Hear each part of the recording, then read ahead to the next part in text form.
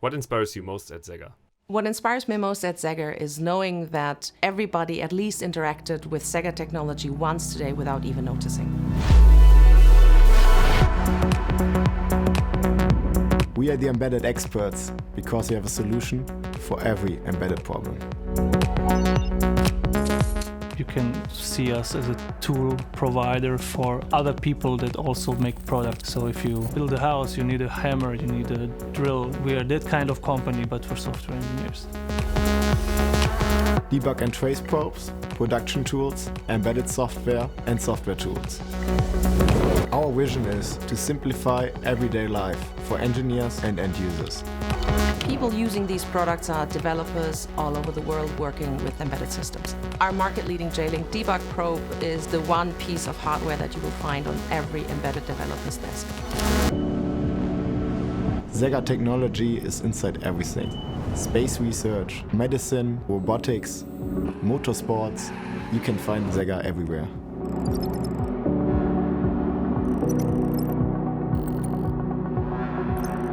With our technology, I hope we make people's lives better or easier. My main motivation is seeing all these projects come to life and change the world or improve the world. Sega is the professional home for so many different people. Developers, makers, engineers. What unites us all are three words. It simply works.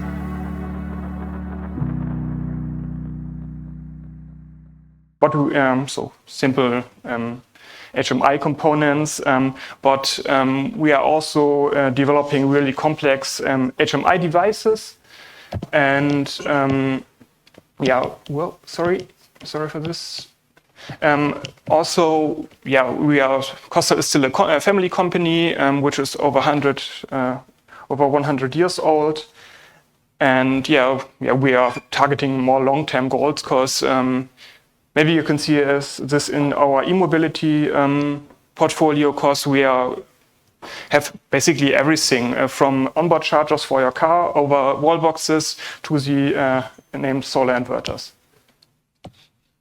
And I'm Hendrik Kleene, and this is my colleague Oskar Opalinski.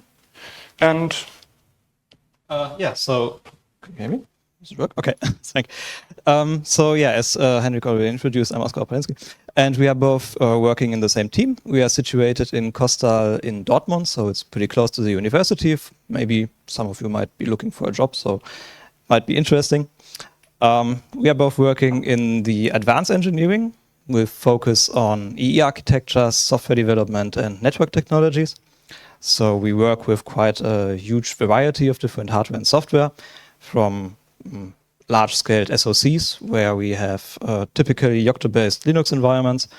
We develop them from scratch. We also work with kernel development, driver development, very low-level stuff, but also services on top of that, applications, HMI, for example. And we also work with very small MCUs, where we have typically very constrained resources available. So on these systems, we typically then use FreeRTOS, for example, to implement services and real-time applications. And we also have a large focus on network technologies with, nowadays, typically Automotive Ethernet. And while implementing this to connect our different hardware and software with each other, we can see quite a shift in how EE architectures are being designed, but also in how software architectures are being designed, how we develop software, what tools we use, and how everything is interacting with another. So this will be the topic of this talk today.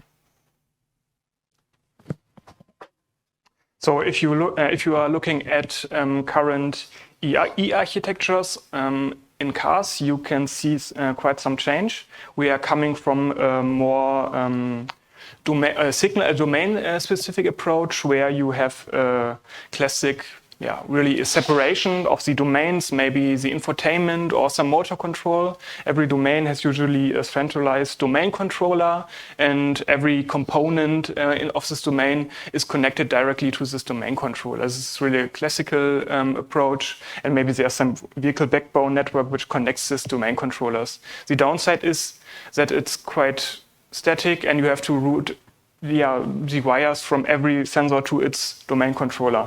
And to be more flexible in modern cars, we're seeing a shift to zonal approaches. That means that we basically divide the car in really spatial zones. And in every zone, we have maybe a zone controller, which integrates really a cross-domain functionality. So basically, every sensor and every actor in the zone is connected to this zone controller. So we have really a reduced wiring harness, and can save a lot of cost, of course, there. And this is a really more scalable approach with more complex vehicle networks. If we look closer at this zonal approaches, we'll really see that we have a consolidation of really the number of electronic control units. In modern cars, we have at the moment maybe even over 100 ECUs, so it's really a lot, and it's really complicated. And the trend is to a lower number, but this also means that we have a feature enrichment in the remaining ECUs.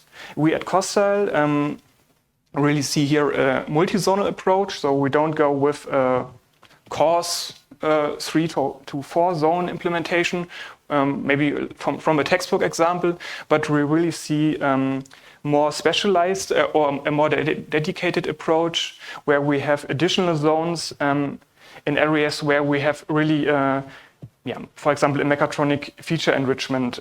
Examples are doors, are seats, or roof modules, because especially at the door we have a really small interface, the door grommet, and a lot of wires have to run through this. And you can imagine if you run every functionality with an additional wire, you have a lot of wires in this small grommet. And therefore there we see additional zones with dedicated zone controllers. And we will show it in this talk. You can basically do with Automotive Ethernet, you can do this all with 4 wires. And of course this is a further optimization of the wiring harness. This cross-domain functionality in this consolidated and zonal controllers means that we have to do the decoupling not in hardware like before, but we have to do it in software, which also enables more scalable approaches. And the last point is we see larger data rates, especially at the backbone networks. This has basically two major reasons. One is that we have a lot of sensors, like cameras or new radar sensors or LiDARs, which generate really a lot of data. And the second is we want to centralize the computing of this sensors in central computers, which are getting more and more powerful. And the consequence of this is that we have really a large data rate at the interface, at the backbone network, close to these central computers. And for all these issues, really, Automotive Ethernet is the perfect networking solution. So maybe some of you might be wondering, what is Automotive Ethernet and how is it different from classical or conventional Ethernet? So if you look at the OSI model and on the left-hand side, with all its layers, you can see that Automotive Ethernet is only different on the physical layer. So you typically know this connector in the center, which is for 1000 base TX. It consists of 4 cable pairs, which are typically shielded. And then the whole cable is then shielded again, and we have a quite bulky connector. This is very heavy and large and something we typically do not want to use in automotive environments. So it has been heavily reworked to end up with something like you can see on the right-hand side. This is a very thin connector. It consists of only 1 pair, which is even unshielded. And with this connector, you can go between 10 Mbit and a gigabit. If you put a shield around this cable, you can even go up to 10 gigabit per second, full duplex. And every change has been optimized for automotive requirements. So typically you have a huge temperature range. You have a lot of mechanical stress that you need to resist.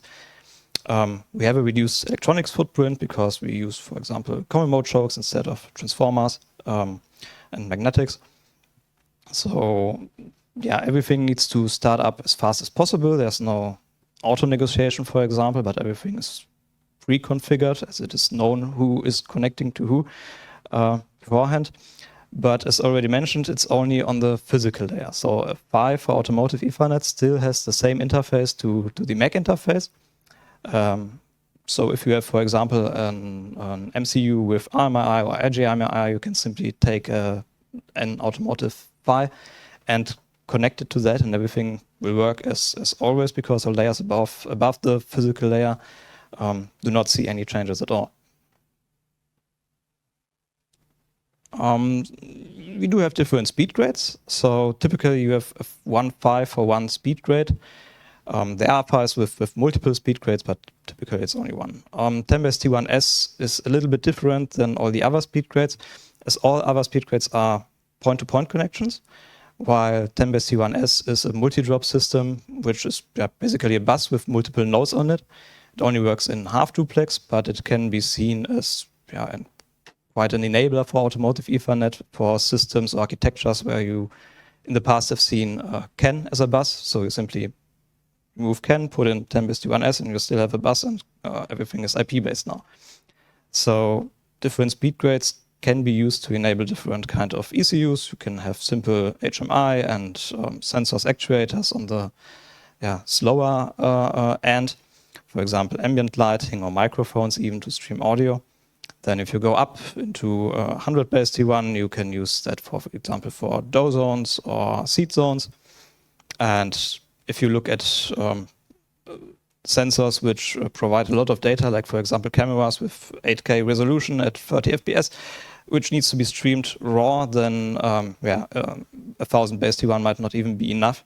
And you need to the speed grade for larger zonal controllers and to move all this data across a backbone to a central computer. Nowadays you can use 10 GBASE-T1S with this data rate, but there's already plans for integrating 25 gigabit per second. So yeah, we can see that there's a fitting speed grade for pretty much every application, and it's not at the end and getting even faster in the future. Yeah. Now let's have a look on what does it mean to have really Automotive Ethernet as a shared medium for multifunctional device, with the example of a modern car door. On the left-hand side, you can see the current domain-centric approach, where you usually have a door control unit, which is already a quite multifunctional device. You have a lot of window lifters, which needs motors. You have some locking system. You have deployable door handles. Maybe you have some ambient light, and this door control unit is usually attached using CAN. But in the future, maybe you have additional, a fancy high resolution RGB LED panel, which even needs a private CAN. You might have cameras with some proprietary camera video interface. Usually your speaker is still routed in an analog manner through the whole car to some central point. And you might have some displays or whatnot. And all this, you can see it here on the lower side, has to be routed through the interface between the car and the door. So it's quite crowded there. And with the zonal approach, we can really combine all this to basically power and ground and Automotive Ethernet. You heard it, it's only it's only a twisted pair, so only 2 wires. So we can do it all with 4 wires. But the consequence from this is we have an even more multifunctional device with this so-called door zonal controller here, where we control maybe a high-resolution RGB panel, all the motors that we controlled before. Maybe also the audio has to be the audio amplifier has to be integrated, and all this has to be done in this single device.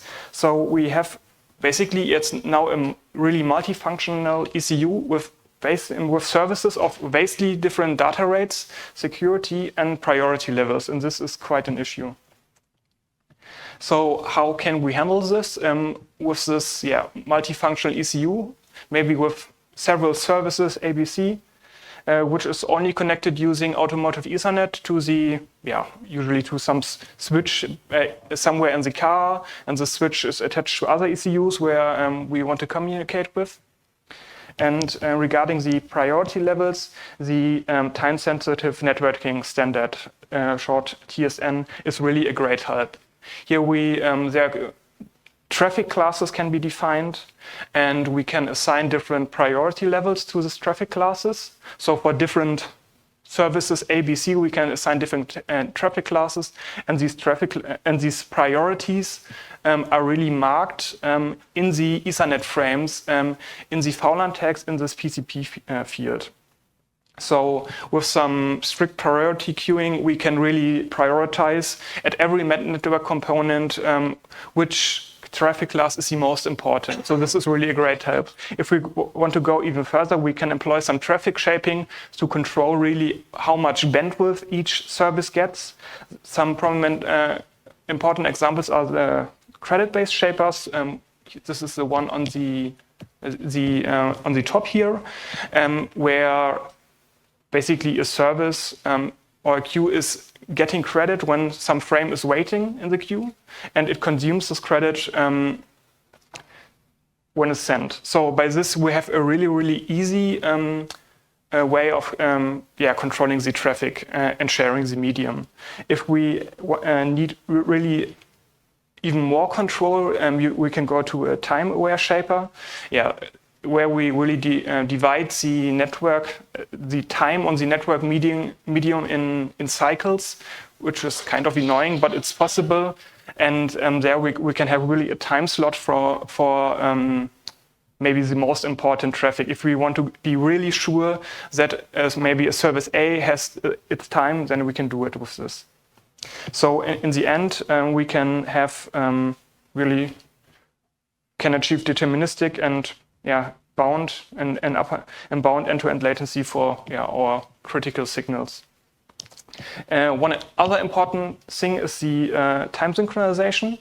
This means that we can synchronize a clock, maybe from here below there at the switch, which is maybe the master clock, and we can synchronize it over the whole network. So every ECU in the network has a synchronized clock. And usually this is hardware supported. And by this we can get really great accuracies, which are sub 100 nanoseconds or so. This helps a lot, especially if we think of applications where we would need really a control over when something is happening, maybe for some actor or something like this. Previously, we would need a wire for this to have really the full control. And with time synchronization, we can dispatch a signal or send a signal to this at this time, and we are done without additional cables. Also, this time synchronization enables audio-video bridging, AVB. And this is a standardized standardized audio, video, and video streaming. And this allows us, for example, to really integrate our amplifiers always in the nearest network-attached ECU, which is the closest to the speaker, and stream really the audio in a standardized manner over the network. And everything is synchronized thanks to our PTP synchronization. And thanks to the large bandwidth of the Automotive Ethernet, we can even do this for video signals. Also, there are open source GStreamer plugins to test this, which is quite nice.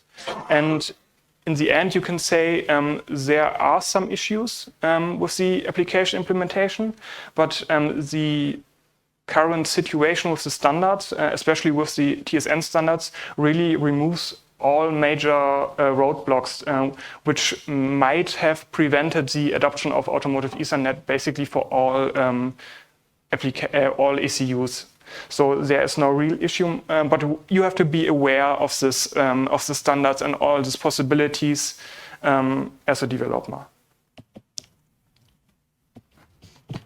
Yeah, so regarding network security, that is always a very important topic, I guess in each industry. How does it change if we go from CAN-based connectivity like we had in the past or into Ethernet-based connectivity? So fortunately, Ethernet is well known and well established, and there are a lot of tools available. There are a lot of standards and libraries, implementations and solutions for different layers available. So as a software developer, you need to have a look at the whole ECU and decide where do I actually need to secure stuff, what applications are running, what services are running, what kind of data connections do I have, what kind of data do I move. So there might be a service, for example, that is safety relevant and needs to be secured at a very high level. You might take, for example, TLS for that. But well, if you start using TLS on each application, then you might get a lot of overhead and run into issues regarding computational power and memory consumption. So fortunately, you can also go a layer deeper and use, for example, IPsec to secure whole connections, and each application on top of this connection is then secured without having to handle it on its own. But, well, it's not everything is IP, so you get still broadcast, multicast, ARP packets, like we've heard, PTP packets for synchronization. All that might still be attacked. So fortunately, there's also a solution to that called MACsec, which is typically implemented on the data layer. And in automotive Ethernet, you can nowadays typically find it implemented in the PHY itself. So if you build an ECU with an automotive PHY and connect it to the MAC, you can enable the security encryption or authentication in this PHY, and yeah, pretty much everything above it is completely secured on the link level. And the good thing about this kind of security and implementation is that it's in hardware and it just works at line speed. So even at 10 gigabit per second, you have no derogation of speed and you don't introduce any additional latency. So there's pretty much a fitting security solution for any kind of device and services running on top of it. Another important building block in this new communication architectures is the shift from signal-based architecture to a service-oriented architecture. The current signal-based architecture is usually have fixed time slices or fixed communication cycles. You can see this a little bit on the image there. And in these fixed cycles, the data is always broadcasted. The communication relationships are really static and they are set at design time, and it's quite hard to change them later on. And the data which is sent there in the cycles is really sent independent on whether someone is really needing the data or is listening, or And this fully static configuration is a problem with if we integrate even more. If we integrate a lot of function in one single device, and we want to change it maybe later on. So the service-oriented communication is here a better way. We have generally an event-driven system. Usually, so the data is only sent when something is happening. Usually, the services can discover each other at runtime, or at least at vehicle startup. So we have a dynamic communication relationship, and this discover phase is here marked with this subscribe. So this publish subscribe pattern is one way to do it, and so in the end, data is really only transmitted if someone is listening, really wants the data, and this discovery strategy also allows a very dynamic communication relationship. So it's easy to add maybe more services or applications by software later on. And this kind of communication pattern is typical for automotive Ethernet, of course. Examples are some IP, DDS, or even MQTT, while we see the all signal-based one. This one is typical for Kleene or FlexRay or MOST. In the end, this really allows to scale and change things later on. Yeah, so what impact does it actually have on the software development if we change from signal-based to service-oriented communication? What you can see on the left-hand side is your typical ECU nowadays, how it's working. So we have very specialized software where you have maybe cooperative multitasking or even only some kind of state machine where tasks are in fixed time slices and running in a large loop, like you can see below. So as you can imagine, it's hard to scale that. You can't just introduce a new task in a system like this without having to adjust everything around it. And typically this software is very tightly coupled to hardware. So as a software developer, you really need to know exactly the hardware you are working on and all its twerks. But then if we change to a more service-oriented communication architecture, like you can see on the right-hand side, it's pretty much the opposite of what we have on the left side. So we get very modular and flexible software tools. We can use, for example, preemptive multitasking, like in an operating OS like FreeRTOS. We get event-based interrupts and can do rescheduling of tasks. And of course, we are highly scalable because in a system like this, it's quite easy to introduce a new service or to scale services up and down. So we also get a higher abstraction of hardware. As a software developer, you don't need to know exactly what you are working on, but you can work against this abstraction. And by this, all computing power reserves are used quite effectively. But that's not only the software architecture. If we change to Ethernet, we get an all IP-based communication with open protocols and standards, and also tools which we can use to work with this communication instead of having to have extremely specialized domain knowledge. So you don't you no longer have an ECU only talking with some kind of proprietary protocol via CAN, but you can reach each ECU via its own IP address, and you can utilize services and to communicate with it. What we are also seeing is that boundaries are vanishing a little bit between small MCUs and larger application processors running Linux. So an architecture I can see on the right-hand side is possible on MCUs and not that much different from Linux-based systems. And in the industry as a whole, we see quite a huge trend towards more open source and more collaboration. So the tools that are being used, the standards that are being used, are more open source, and by that it's easier to enter the whole industry and develop for systems like this because you don't have to have specialized knowledge. Yeah. The last important topic is the adoption of software-defined vehicle approaches. Software-defined vehicle means basically that the main features and the user experience is really defined predominantly by the software and not some mechatronic systems. And this brings quite some changes because we will see a lot more software updates in the field. This has several reasons. One is of course maintenance requirements. We have new regulations. We have to do security updates basically for 15 years, which is quite some time. And also the other point is that in the future we will see new features through software updates in the fields. This means that we really need a more software-centric approach during the whole development, and we have to even use higher performant hardware in the beginning to left some performance margin for future tasks. So in the end, we want to really decouple the software releases from the hardware releases. And for this whole software update topic, of course, Automotive Ethernet is really a great help because it really offers the scalability and the data rate to do so.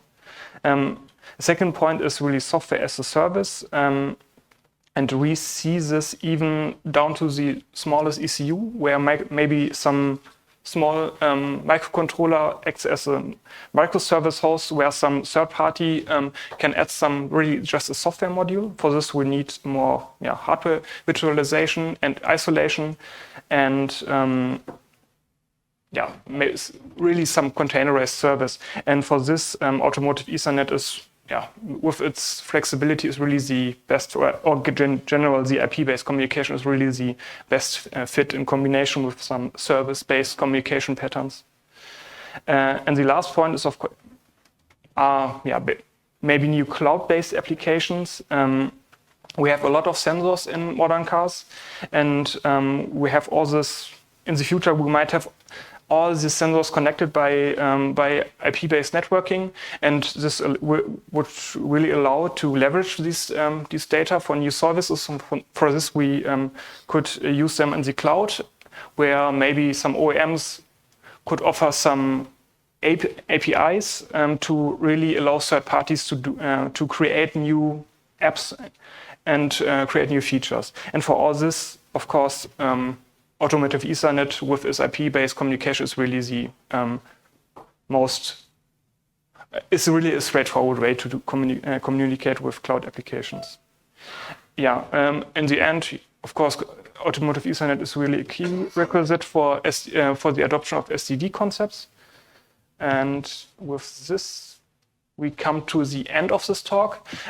We implemented a lot of the concepts we were talking about really in hardware. So we built our own hardware and we developed the softwares for this in this demonstrator.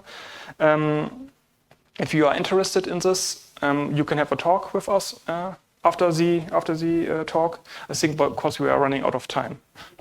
So thank you for your attention, and do not hesitate to ask questions.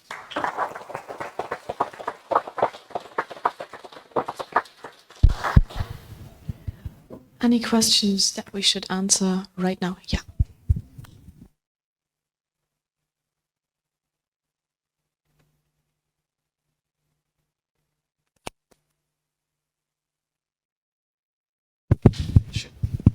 Hi. Yes, thank you for the talk. It was really interesting about a great topic. You had that one slide where you showed how all the cables are replaced by your zone controller and the it's all getting together. And even the cable for the door lock and the camera.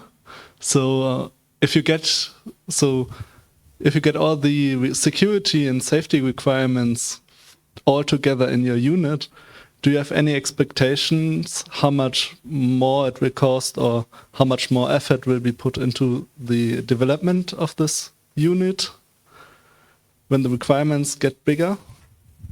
Of course, the development cost for such a complex door zone controller, or generally a zonal controller, is really a very complicated device because it's a lot of services and applications running in parallel. But I think you have to keep in mind what was the situation before, because before we had it's not clear enough. We have really maybe a dozen single ECUs instead. So instead we have now one ECU instead of really a lot of other single ECUs which only do one function. So I think really the hope is that we can save on development costs by combining this in one flexible and scalable device.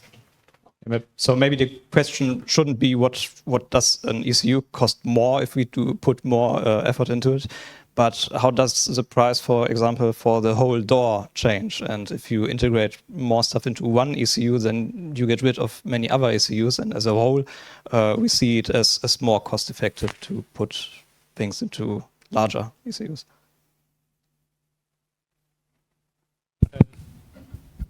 Yeah, thank you. I won't start too detailed talks. We can talk later on maybe. There were other questions back there. Okay, you two, I've also seen you.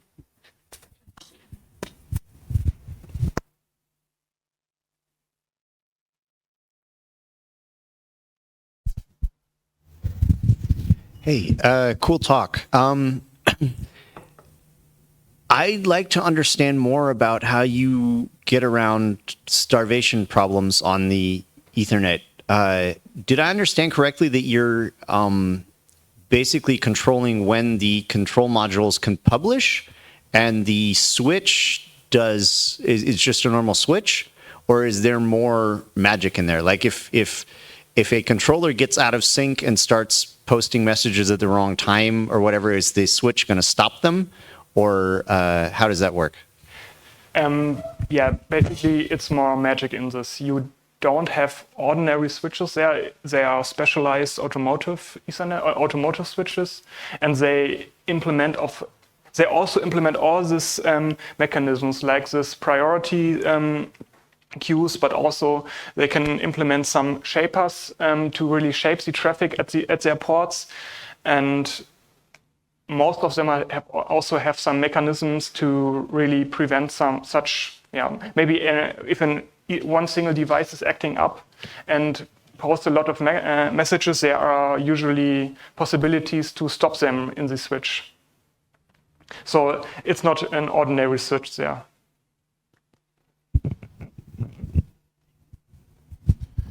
Yeah, one question to the service-oriented communication. Yeah, you mentioned some IP and also DDS and MQTT. If you have to bet which one will be used in future, because these are very different approaches. Some IP are special libraries. DDS is in most cases coupled to the robot operating system. I think this is the Apex AI solution, and yeah, MQTT is more for the back end, I would say. Yep. So what would be your bet? Some IP, for example, basically it depends on the OEM.